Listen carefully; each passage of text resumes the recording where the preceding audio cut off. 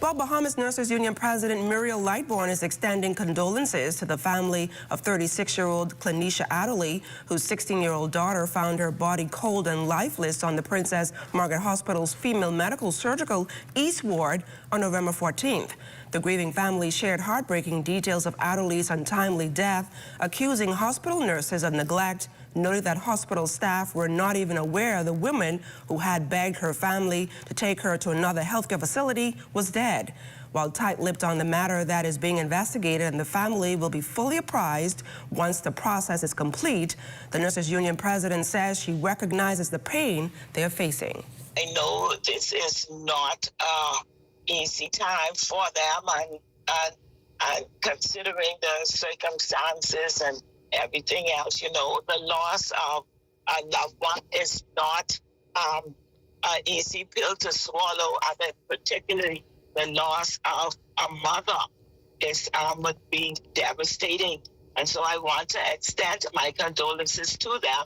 I also want to say that not in offense, but to be certain, I want to say to our nurses, I understand everything they're going through, and considering the circumstances that they have to work in daily, and yet still they show up.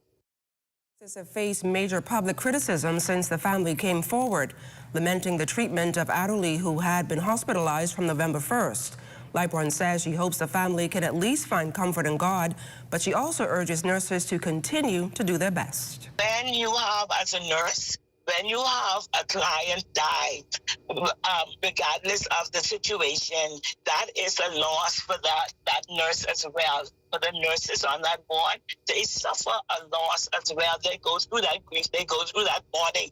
And especially, you know, there are times when you have nurses, as nurses, we have some clients that we particular, you know, you make that bond with, depending on how long that person may have been on the ward. And so a loss for the family is just as devastating as for the nurse. And so, like I said, you know, I can't imagine the nurses at this time, you know, having to go through all of this as well.